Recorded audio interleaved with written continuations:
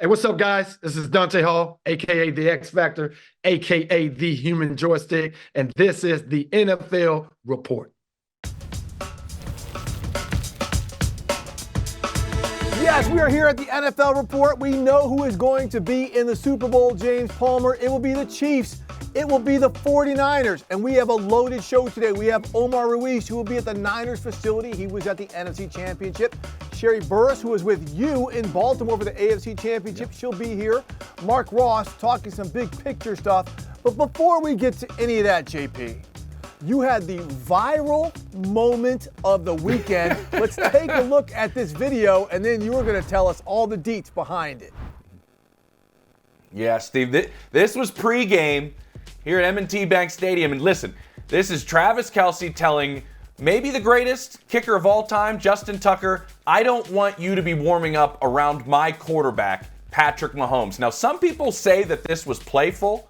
I was there to witness this, and I talked to a number of people afterwards that were involved. There was nothing playful about this. Travis Kelce was lit, Steve. He was angry at Justin Tucker. Same with Patrick Mahomes. Him and Tucker actually had words, and this is what I was told by people that have played on other teams that have faced the Ravens this year. Tucker does this to get under the skin, warming up in the end zone of the opposing team, and then warming up in their way, in a sense, to play maybe a head game. I was told, Steve, they asked him to move and to just be a, you know what, Justin Tucker moved his ball over, quote, 1 inch to the left. That was it. And that set this team off even further. And I was told in the Chiefs post-game locker room, they poked the bear pregame, and we knew he had an advantage prior to the start of this game. It was something to see. Who knew? Everyone thought this was some playful little stuff here. But Justin Tucker played the goon and poked the bear. JP, we're gonna talk about more about that later. We're gonna get to the AFC Championship later. But let's get to this NFC Championship game that we saw in the evening game. And let's get to the bigger news segment of the 49ers victory. Was it really a rally for the 49ers, JP, or was it a Lions epic collapse? I'm going to say it was a rally, and I'm saying this is the bigger news because we saw two things happen. One, Kyle Shanahan was able to get over the hump in terms of everybody bringing up these fourth quarter stats. He's now done it 2 weeks in a row. It was, 0-30 in his career, going into the fourth quarter down 7 at least. He was 1-30 after last week. They go and do this week, coming back and scoring 27 unanswered. The second part of it is that man right there, Brock Purdy, really just eliminating in an NFC Championship game in his second NFL season, Steve. I am not a game manager. I remember going back to his rookie year, having a lengthy conversation with Kyle Juszczyk, who told me this is a better athlete than people think, this is a better competitor than people think, and you saw both of those things happen in this fourth quarter. Let's just say it. He won this game, Steve, with his legs. Yeah. Multiple times he saw his first read, maybe second read gone, and took off with the football. And Juszczyk told me he is faster and more athletic than people think. It's probably another one of those things to where people are just assuming.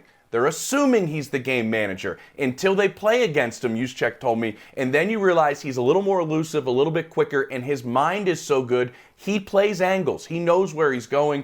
We saw him take his game to another level. 140 quarterback rating in the third quarter. He was electric in the second half. And I think that's your guy, Steve? Your guy? Is. I feel so much better today about my guy, the real MVP. The real MVP, Brock Purdy. Let's recast the vote. The real MVP. Look, here's why. I mean, as great as Brock Purdy was, and as many points as the Niners were able to rally from behind. They were down by 17. They came back to win. They did it, JP, because of their defense. They denied the Lions in the second half until the waning moments and the way that they played. And look at some of this. In the first half, we saw Detroit rush for 148 yards. It finished with 182. They stopped the run game. They shut it down. Omar Ruiz St. Brown, who was carving them up in the first half, two second half catches. If it weren't the play of their defense, Tayshaun Gibson stripping the ball from Jahmyr Gibbs, who does not fumble, deep in the Lions' territory, which set up the touchdown for CMC to tie this game. It was the defense, to me, that really rallied to get the Niners back and give the ball back to the real MVP, JP. I love that, Steve. We have to, real quick, I want your take on the Lions side of things before we move on to the AFC Championship game. What did you think about what transpired in the second half? Obviously, everybody's talking about the 2 fourth down that were not converted by Dan Campbell. Yeah, I mean, I was annoyed by the second one. I mean, they played it safe to position themselves to remain in field goal position, right? Jared Goff on the third down, checked it down underneath. It was like 4th and 4, very manageable field goal distance.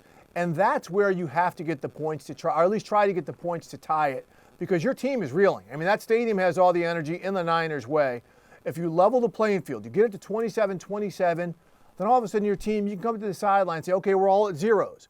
It is a new start. But, here's the other thing. We can complain about the Dan Campbell not going for the field goal, but a couple players make some of the plays. Like you intercept the ball that Brock Purdy threw that bounced off the DB's hand, that Brandon Ayuk catches. We're going to talk to Omar Ruiz about this later. That changes the game. There's a couple things the players could have done too. So as much as we're banging on Dan Campbell, and I am banging on him for not trying that field goal, make a couple plays and you wouldn't be in that situation. You're exactly right, Steve. If Reynolds catches the first 4th down attempt, they're probably not going for it on that second one that you talked about being upset with. If they would have converted the first, and maybe we're looking at Dan Campbell completely different on this day we overanalyze everything. And then the second part is they went an NFL high 23 times for it on 4th down with 2 or 3 yards over the last 2 seasons heading into this game. They had a 70% completion or percentage essentially to convert that. Well, between 45 and 50 yards at Levi Stadium over the last 5 seasons, it's about a 73% chance you're going to convert that kick. They don't have a lot of faith in their kicker. It's almost a wash, and you stick with maybe what you've been doing over the last 2 seasons. No. I'm not upset with Dan Campbell, really, when I look at the analytics of it, Steve. No, I really am not. I'm telling you, this is a dome team scared of the elements out there maybe at Levi. I don't know. Let's get to the AFC title game, and I had a chance to catch up with the man who's just building a legacy that is unlike any other, Patrick Mahomes, after he won in his 6th attempt at the AFC Championship game. I was told by multiple people in your building you were man possessed this week. What is it like going and winning this game on the road this time? Yeah, no, it was unreal. I mean, that's a great football team, every single aspect, and our guys stepped up to the challenge. It's been a fun year. I mean, a lot of adversity we battled through, but we're not done yet. We're gonna carry this momentum into the Super Bowl and try to go win that thing. You've been through a lot this year, but it was old Travis Kelce and Patrick Mahomes today. What worked so well between the 2 of you? Yeah, no, I mean, I knew he was going to show up. He always does. When the lights get brighter, he plays better. And so I'm going to trust him at all times. I'm going to throw it to him one-on-one matchups, and he made plays happen. All right, go enjoy this, man. Appreciate you, bro. Good job talking to Patrick Mahomes, who's going to his 4th Super Bowl in the past 5 years. JP, that's insane. So bigger news. Let's get here. The Kansas City Chiefs doing what they do and getting to the Super Bowl, or the Baltimore Ravens blowing this opportunity being the top seed. Steve, it's the Kansas City Chiefs, because what Patrick Mahomes is doing is he is joining rarefied air here. He is putting himself in the Tom Brady conversation as the greatest of all time, and he's 28 years old. I think that's why this is a bigger deal, because he is doing something we just have never seen before outside of Tom Brady. And what we saw was a season, as you heard him say there, it didn't go the way that they planned. And this is kind of, Steve, I'm making that comparison because how many times did we hear during the regular season, this Patriots team just isn't it? This isn't it. And then once again, the postseason hits, and there goes Brady, there goes Gronk, there goes that group. And now once again, here goes Patrick Mahomes, here goes Travis Kelce. I had a chance to stand there right next to Jason and Travis Kelce as they embraced, and Travis got emotional, Steve, on the field, as Jason told him, I know how hard this year was for you. I know how much of a battle it was for you, because if you ask anyone in the NFL, Travis Kelce has lost a step at 34. He is not getting open as frequently as he does. In the past, he is a surefire Hall of Famer, but what have we seen these last 3 games? It has been Travis Kelce of old. He has dug deep. The competitive nature of both of those guys to will this team into a Super Bowl is the bigger news. Yeah, look, and look, let's give some credit to that defense. I mean, they held the Ravens to 10 points. Stone Cold Jones and George Karlaftis were insane. And L'Jarius Sneed remains the best player that we continue not to talk about. But the bigger news is the Baltimore Ravens taking the L, JP. And I'm giving all due respect to the Chiefs. I mean, all due respect. But this was the number 1 seed. This was a team that was kicking the holy hell out of every team they played. They were winning by 18 points a game since December, and they got the yips. There's no other way to put it. Lamar Jackson did not play great. The yips. In the big moment, they did not make the plays. Lamar Jackson, we talked about Brock Purdy pulling it down and running with it. There were so many opportunities for Lamar to do that in the second half of that game when the Chiefs were dropping 7 or 8, only rushing 3 or 4. Run the ball. Be Lamar. But instead, he was like, okay, I'm just going to sit here and I'm going to play quarterback. Hey, man, sometimes this is it. I mean, this is one and done. You have to play. You had the bad interception in the end zone. And the Zay Flowers play. This is one where as much as people are putting it on Zay Flowers, L'Jarius Sneed made the play of the weekend. If you watch a replay of this, he comes from 8 yards away off of a block to get there and punch that ball out in the end zone. Those are some game-changing plays right there. But the fact that the Baltimore Ravens, and we're going to talk to Marc Ross about this later, dominated the way that they did, changed the offense to be more efficient, and it was. And they still didn't get over the hump. Now, it's a huge hump. The Kansas City Chiefs, who showed to be the man, you got to beat the man, and you couldn't beat the man. Well, we're left with the Ravens not being the man, and the rest of the AFC looks like it's going to be getting better. So a blown opportunity, JP. Hey, JP, you know what? We're going to talk a little bit more about the real MVP. Coming up shortly, Omar Ruiz, he is still in Santa Clara as Brock Purdy, he isn't irrelevant anymore. Omar is next after the break on the NFL Report to chat up the NFC champs. Okay.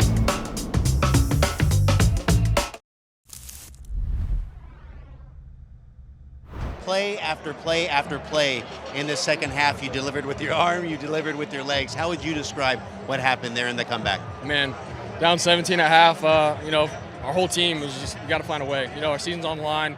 Obviously, the first half performance was tough, and so we were like, you know what, backs against the wall. Let's just go. Let's try to get some momentum rolling, get some points up on the board, so we were able to find a way. That's our own Omar Ruiz with Brock Purdy, Steve's MVP of the season. And now Omar joins us still in Santa Clara. He's declaring residency there in that area. He's been with the Niners for so long. Oh, thanks for joining us. And we have to start with the man, Steve's guy right there, Brock Purdy, right out of the jump. Outside of what we just saw there, what did we hear from his teammates, his head coach, about what he did in the second half, and maybe a stigma that was just eliminated possibly as he heads to the Super Bowl? Well, I think it matched the conviction that they have spoken with about Brock Purdy all year long, that he is a playmaker, that he is a game changer, that he can ad-lib plays and make the off-scripted plays. And he did it on the biggest stage that he has ever been on in this NFC Championship game. He did it when they were down 24-7 and helped lead this 49er comeback. Now, the 49ers teammates in the locker room about Brock Purdy, they've been tired of having that conversation for weeks now about Brock Purdy. But I think they had expressed, Trent Williams earlier in the week, Jawan Jennings to me after the game, how proud they were of Brock Purdy because he puts his head down, he works. They expected him to deliver in this way after that subpar performance against the Packers, and he did that. So it validated all the positivity, all the belief that they've had in him for him to deliver, again, with his legs, those 2 21-yard runs and the game-changing 51-yard deflection to Brandon Ayuk. Sometimes you have to get good bounces. Sometimes you create your own good fortune. The 49ers did that. Brock Purdy certainly did that in the second half there, leading that comeback. Yeah, Omar, I mean, there's a lot of talk, about some quarterbacks. I mean, Ben Roethlisberger, and I'm not comparing Purdy to Ben Roethlisberger, but who may not play well in a half, and they come back and they deliver when they have to. And that's what Brock Purdy has done 2 straight weeks. Okay, you just talked about that deflected pass that Purdy threw up and that Brandon Ayuk caught at about the 3-yard line on the tip. They eventually go in to score to pull within 7. That was the play of the game offensively for them, Omar. What was the discussion in the Niners locker room about that play and how important that was in getting them this dub? It was all about the momentum that they took from that. And several players talked about the momentum, not just from that play, but then the next possession for the Lions, the fumble that they recovered that would help set up the game-tying score. But it was that Ayuk play that was just so remarkable. And, you know, you talk about the bounces that the 49ers were not getting in the first half. Well, that started to turn the tide with that Ayuk play. What else turned the tide? How about that defense coming with the physicality, the aggressiveness?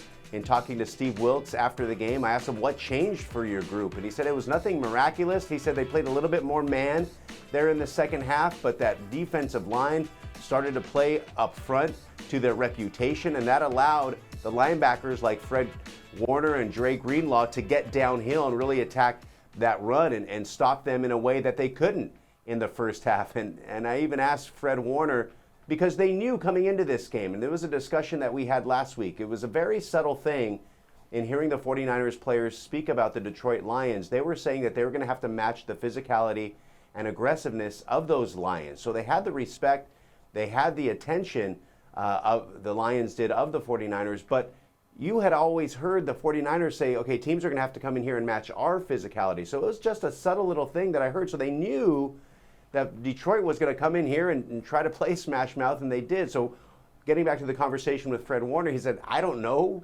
why it took for the second half to deliver. They said there was no rah-rah discussions in the locker room at halftime, but Chase Young told me that they were just shouting out, okay, what do we need to fix? And some of the things that came up were you got to run to the football.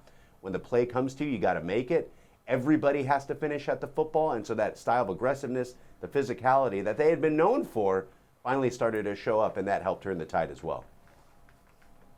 Yeah, you're talking about it, Omar, with that defensive line. Let's just talk about where those guys were drafted, what some of them have been paid over the last couple of years, and we've been kind of wondering if they were going to play up to those type of reputations, as you mentioned it. Let's go to the physicality aspect of it that you brought up, because what I thought really stood out to me, guys, in this game is that even when the run game wasn't working and you were seeing Christian McCaffrey fighting for 2-3 yards at times, that Kyle Shanahan, Omar, stuck with the run and that he still tried to remain as balanced as he could while they were down in the second half. Steve's very happy about it, apparently, that they were able to make sure they didn't abandon the run, because there still were the opportunities, and you saw it, where then they'd pop one once in a while. And the persistence of that in the second half. What did you hear in the locker room about them being able to try to still remain balanced in the second half, and the importance of that, especially as you're heading into the Super Bowl?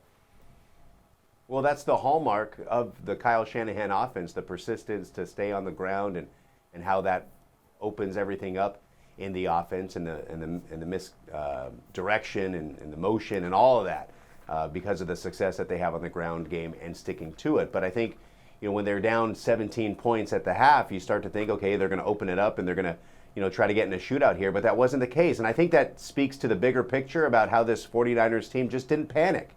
That there, like, again, there were no rah-rah speeches in the locker room. It was just a committed decision to play more physically and to stick to who they are, to what they are, and to what got them here, and to not abandon the run, and to play that physical style of football and follow Christian McCaffrey and Trent Williams and Deebo Samuel and the rest in that second half. So it's just a commitment, a reaffirmation of who they are, of what they've built here, and they delivered when they needed it most. And I think that's where maybe the experience showed up of being in their 4th NFC Championship game in 5 years, to have that conviction to still play their style of football and not to abandon what got them here. And I think it speaks to what they've said all year long, in that they felt that they needed that number 1 seed. They wanted to play the NFC Championship game at home. They felt that last year in Philadelphia, had they had Brock Purdy, the outcome might have been different, and that's what we saw. Brock Purdy was the difference maker there in the second half. That Levi's Stadium crowd was rocking to help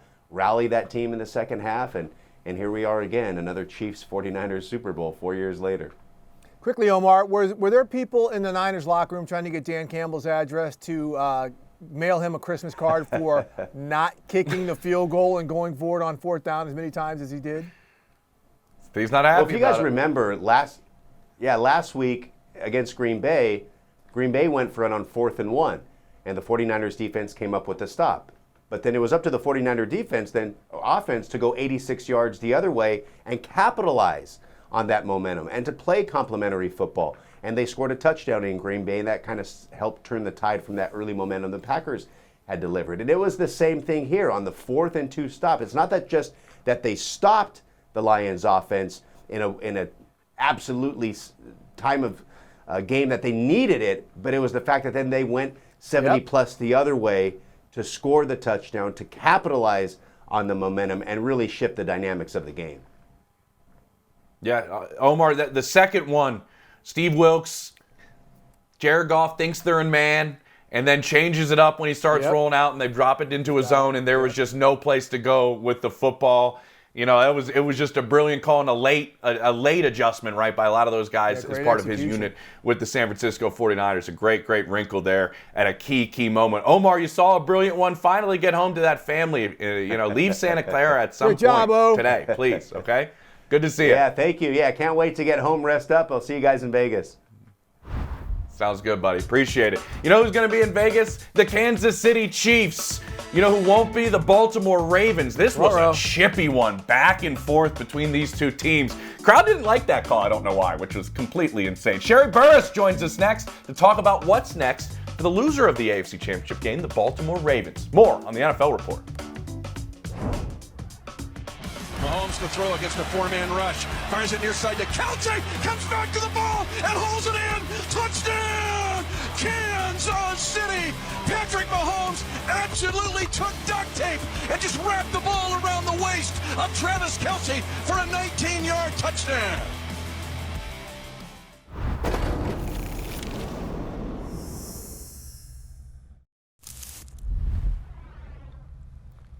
Welcome back to the NFL Report. The Kansas City Chiefs heading to the Super Bowl for the 4th time in 5 seasons. This time in the AFC Championship game, they do it on the road against the team that many around the country believe was the best team in the NFL. And they slowed down the perennial, potentially MVP Lamar Jackson, and that was done by safety Justin Reid. Here he is with Sherree Burruss.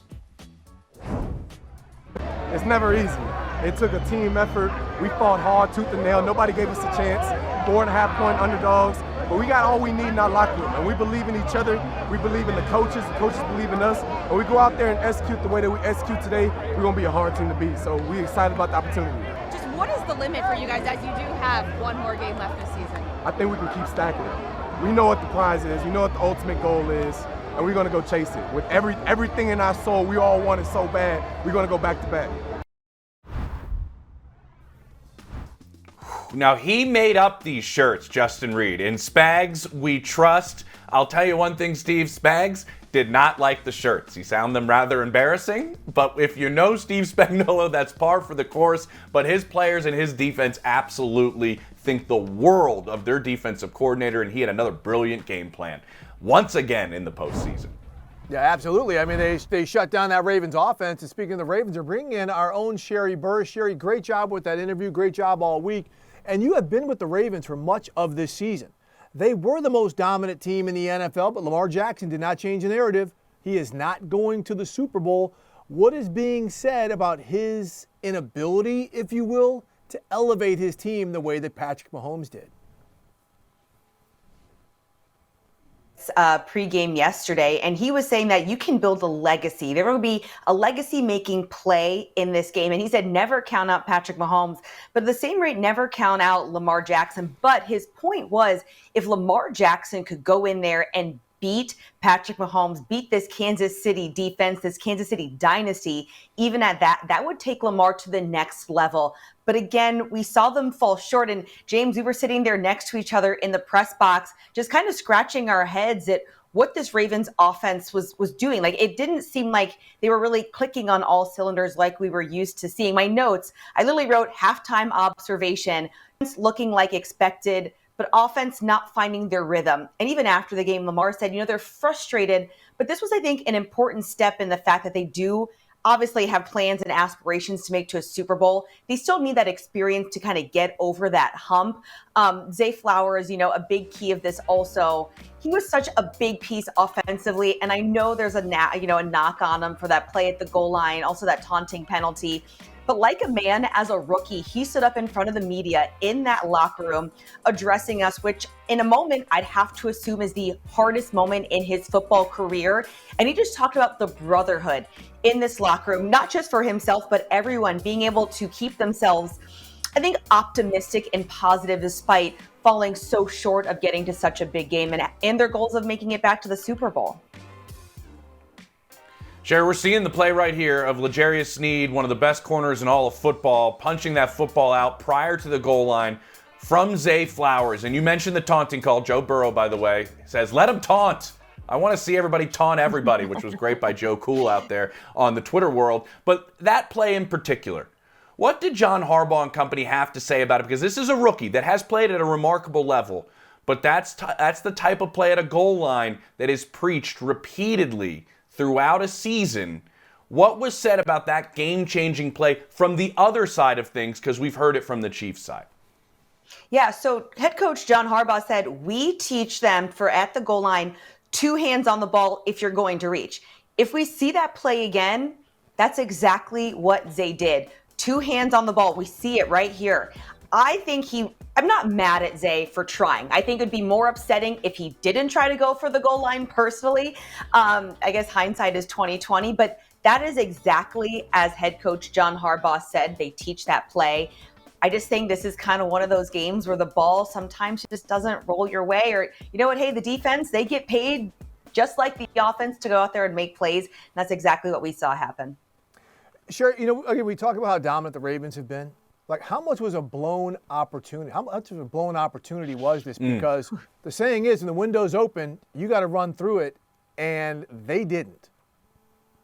Yeah, so I don't know if this is just the emotional side and like the human side of it, but being in that locker room after the game, there is nothing more disheartening seeing those men in there hugging each other, knowing that this probably was the last time they will ever have this team together.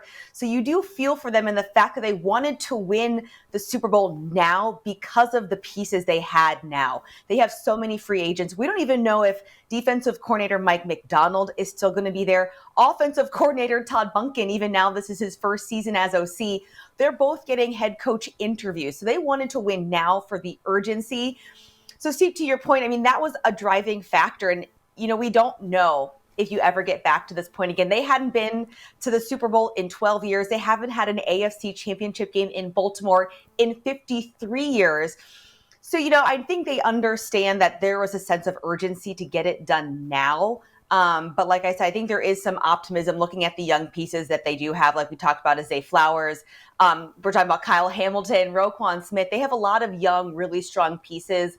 Lamar signing his contract this spring. That they feel like they are building towards their ultimate goal, even though they still fell short just yesterday.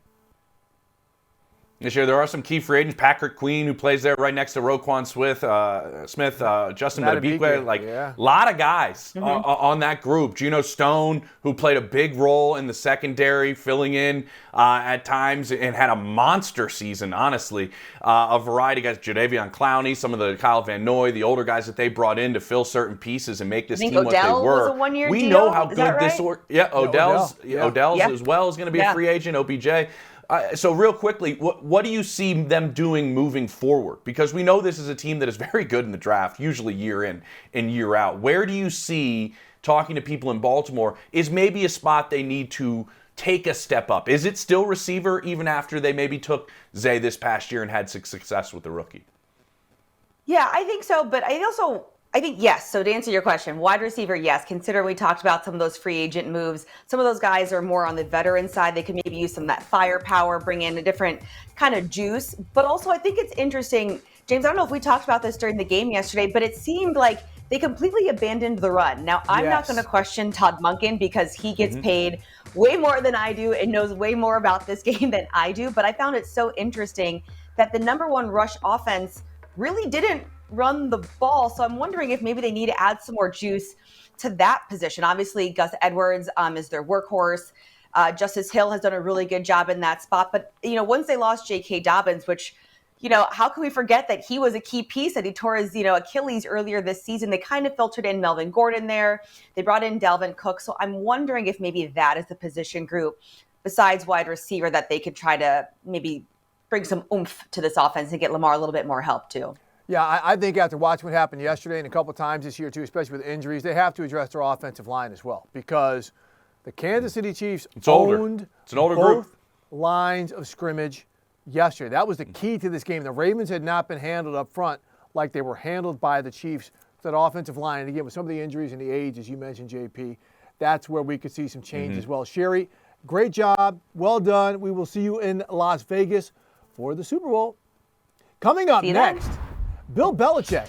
It doesn't look like he's going to get a job this year. What? Maybe not next year. Is he done? Our Marc Ross is going to talk about Belichick and a whole lot more beyond these conference championship games when we come back on the NFL Report.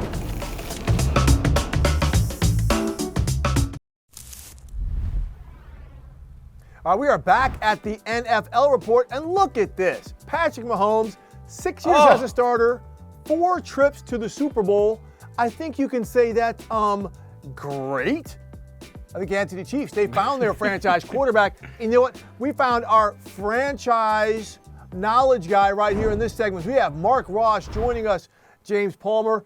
And Mark, we talked about it. This right here is going to be a tomahawk steak segment because we have a lot of food on this platter. But first off, before we get going, just your thoughts on this Super Bowl matchup.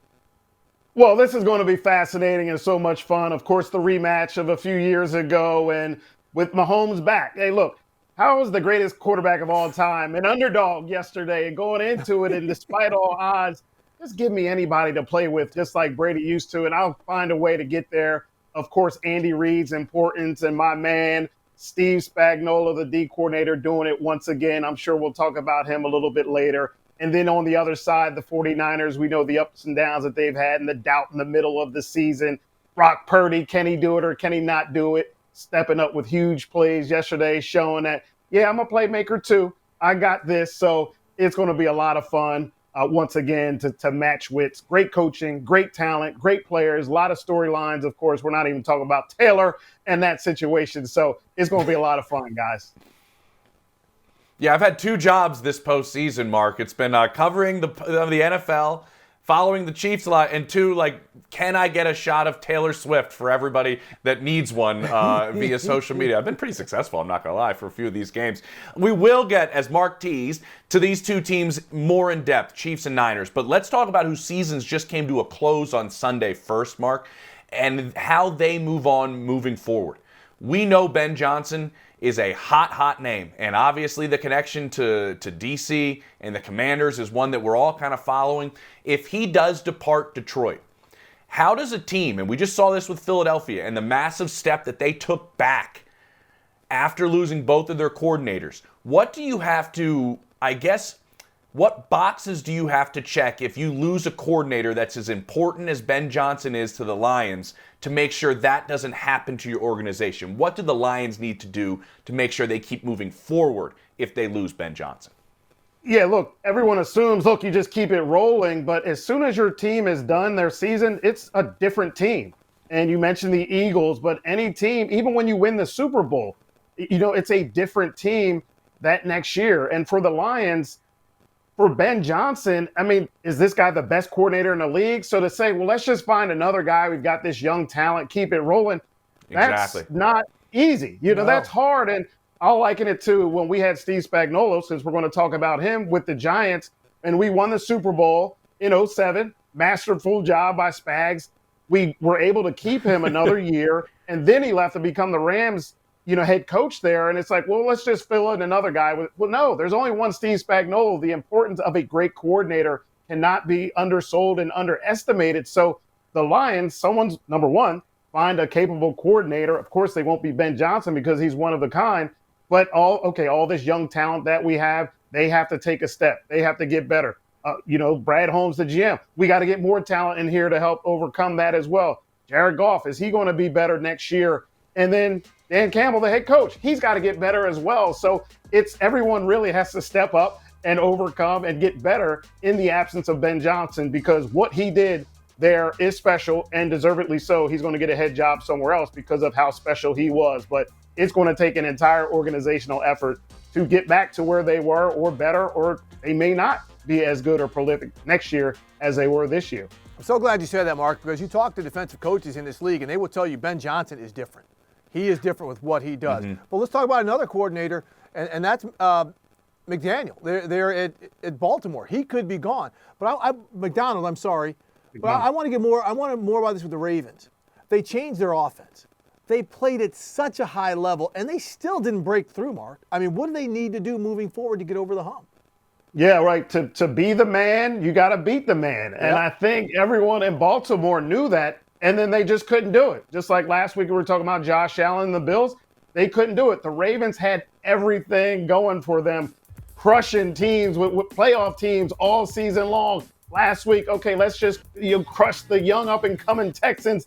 We're ready. We're at home. Lamar is flying high. And, of course, there's a lot of reasons why they lost that game yesterday. And moving forward, I think a lot of the things that went right for them during the year didn't come through. Let's just talk about, we talked about Lamar's receiving core all year. Well, yesterday they didn't step up. The young rookie, Zay Flowers, who've been so dynamic, make some dynamic plays, and then he had some, ill-advised things that he did yesterday. Odell didn't step up. Where was Bateman? Likely didn't make any big plays. Mark Andrews will give him a little pass coming off the injury. Nelson Aguilar drops another pass as usual. So I think all of that infrastructure for Lamar let him down, and he didn't play well. No. That's the number one thing. He's got to get better. As he's going to win the MVP this year. He was amazing. He was outstanding. But here we are again talking about, can Lamar get it done in the playoffs? And that's the number one thing, fellas, that has to get done. Lamar's got to play better. I'm sure he'll watch the tape and he'll admittedly say, yeah, I got to do it too. And I'm sure he's teed off right now about how he played. That's the number one thing for me. Until Lamar does it, we're going to keep talking about Lamar can't do it. And he's just really got to go out there and do it. I love that you put it that way, Mark, because being on the sideline pregame and talking to coaches on both sides between the Ravens and the Chiefs, that was one of the most talked about topics before that game kicked off with both sides. It was the Chiefs saying, we're hoping Lamar tries to do too much. He turns the ball over maybe a couple of times. We're banking on, we've been there a bunch with our quarterback. Lamar hasn't done it yet. That was also the Ravens' concern, that Lamar might try to do too much early, might try to do too much and end up making a mistake or two. And that's the hump you have to get over in the postseason. The Chiefs have been there year in and year out. And I think that's why you see sometimes fewer mistakes by teams that get there repeatedly. And that brings me to Steve Spagnuolo and his defense, their ability to go out there and create turnovers, which is something actually they didn't do really much during the regular season, even though they're a brilliant defense. But they created some turnovers and they played discipline against a dynamic quarterback. And it's a lot because of their defensive coordinator you brought up in Steve Spagnuolo. You were with him not only in New York, but also in Philadelphia. How has he grown as a defensive coordinator in what you see him do now compared to your time with him in the past? I mean, Spags is just incredible. You talk about the mistakes and teams that they stepped up to the moment. The Chiefs stepped up to the moment when they needed to. The 49ers stepped up to the moment when they needed to. The Ravens did not. Mistake after mistake. The Lions did not. Mistake after mistake. And that's the difference between championship teams. In our 2 Super Bowl runs, we stepped up to the moment when we needed to. Was it pretty all the time? No. Did you get some lucky bounces here and there? Yes. But you have to step up to the moment. And with Spags, yes, way back in the day, back in 99, 2000, Andy Reid's first staff, he was our linebacker coach. We had Leslie Frazier, Ron Rivera. We had all kinds of guys there. But then in New York, of course, the mastermind of the defense there. And Spags just really, number one, his connection to players and staff is incredible. I mean, just the personality that he has, the belief that those guys have in him, the way he can connect besides the X's and O's, that goes a long way with players. When a player steps in a room or on the sideline, he's going to call up the right stuff for us, and we believe in this guy, and he believes in us. We're going to get it done. He always kind of just had that special gravitas about him, and still does. You can kind of see it with him, and then just dialing it up. You talking about stepping up to the moment. He just dials up the right stuff in the right moment. And all D coordinators, we're talking about Ben Johnson on the offensive side, aren't made the same. All coordinators aren't the same. You get in pressure-packed situations. Are you going to panic? or are you going to come through and do the right things just like players do? Coordinators, the same things.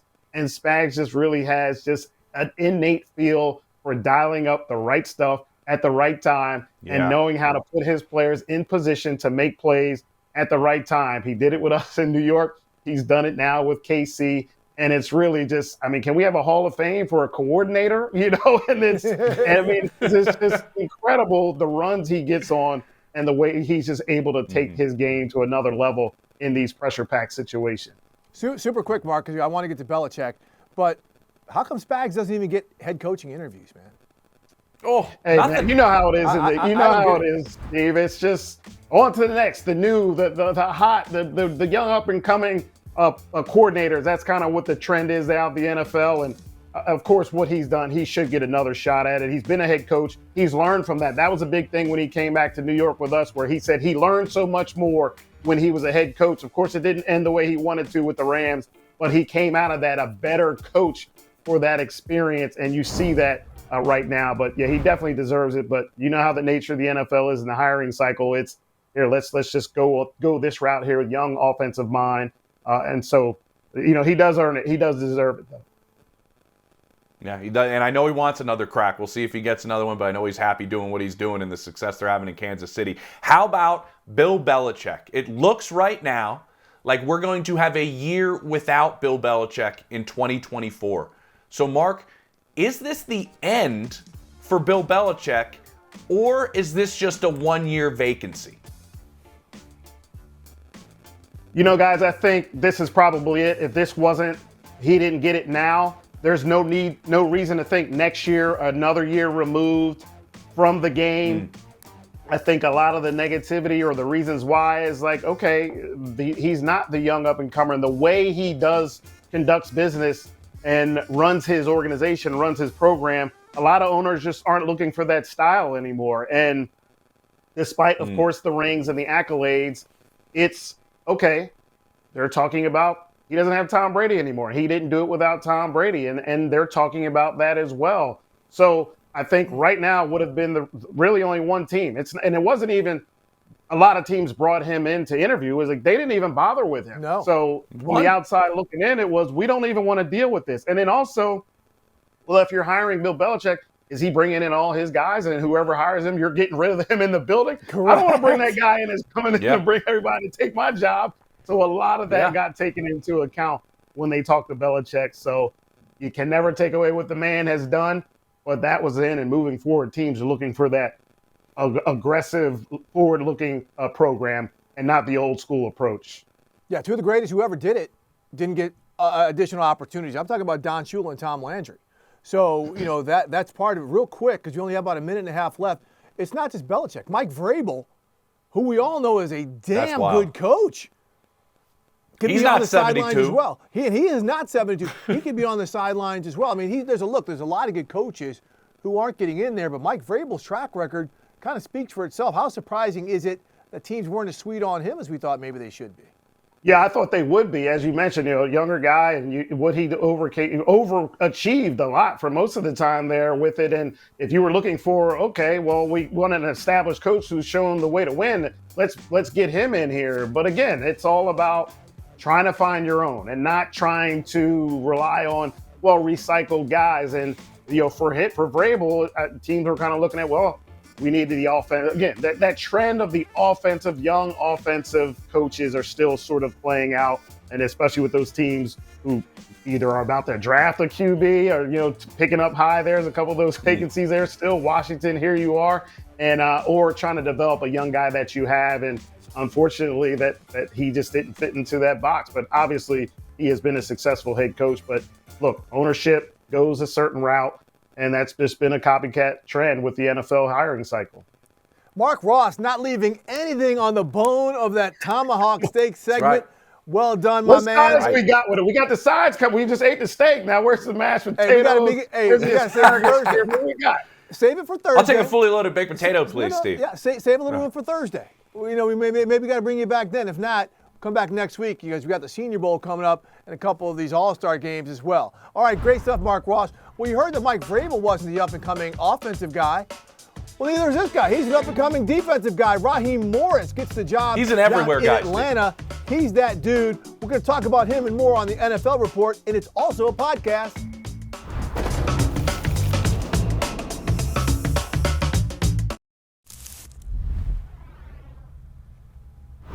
Welcome back to the NFL Report. As we close things out, James Palmer, Steve Wyche with you. We have two, Steve, openings left in the NFL, and they should be filled rather quickly. They could be filled while we're talking about this right now, but we don't think on a Monday it's getting filled. But the Washington Commanders and the Seattle Seahawks. Let's start with Washington.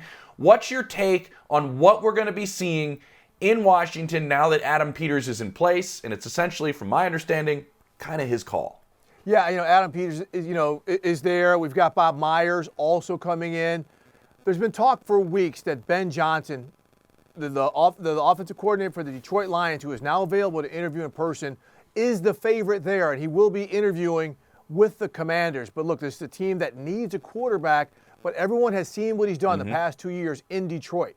He is a leader. You hear everyone speak highly of him. Defensive coordinators talk about how much of a nightmare it is playing against him. But is he the guy to start with a team that needs a new quarterback? Because we know Washington has talent there, but this is a franchise in transition, so maybe he's the guy. But we'll also see Mike McDonald, the defensive coordinator for the Ravens, someone who's nearby, someone who a lot of the folks at this organization have seen up close and center. He's in the mix as well. But, JP, it looks like those two in Washington, and as you said, both of them are available to interview in person by virtue of losing in their conference championship games.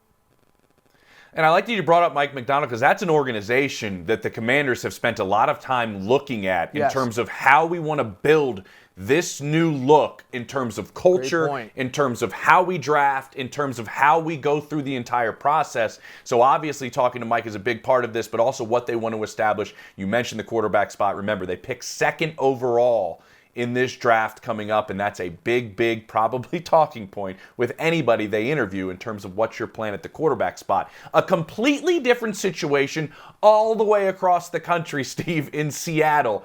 What's your make of what's going on there? Because as I mentioned, that is a completely different setup and circumstance compared to Washington. Yeah, Pete Carroll has moved upstairs. We don't know if it's, again, an advisor role, much like Bruce Arians has in Tampa, or much more heavy-handed, like we saw Tom Coughlin do when he went to Jacksonville. But it looks like it's between Dan Quinn and Mike McDonald. It looks like they're going to go with a defensive guy again. That's the nature of the leadership of this organization, which didn't change.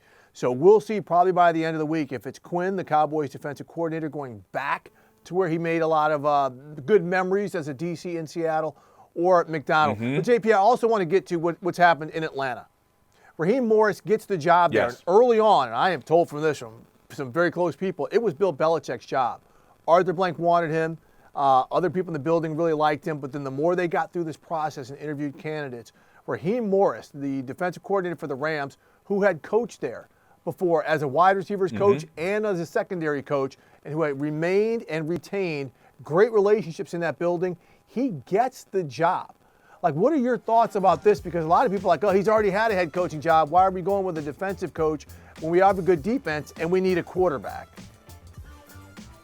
I love this, Steve. I love this. We've talked culture at the start of this segment and what you want to build throughout your entire organization. I think Raheem builds that. And his ability that he's coached on both sides of the ball, I think makes him a unique candidate. And also everything he learned, and from my understanding how open he was with the staffs that he was a part of in between these head coaching opportunities, about what he learned the first time around and what he would do differently, I think really held a lot of water for a lot of people in Atlanta. I'm fascinated that nobody wants to rent Bill Belichick for a couple of years. I know he won't be your coach for 10 years, but the Tampa Bay Bucks rented Tom Brady and they got a Super Bowl out of it. Nobody really wants to do that, I guess, with Bill Belichick. Quickly, Philadelphia, 2 new coordinators, Vic Fangio and Kellen Moore.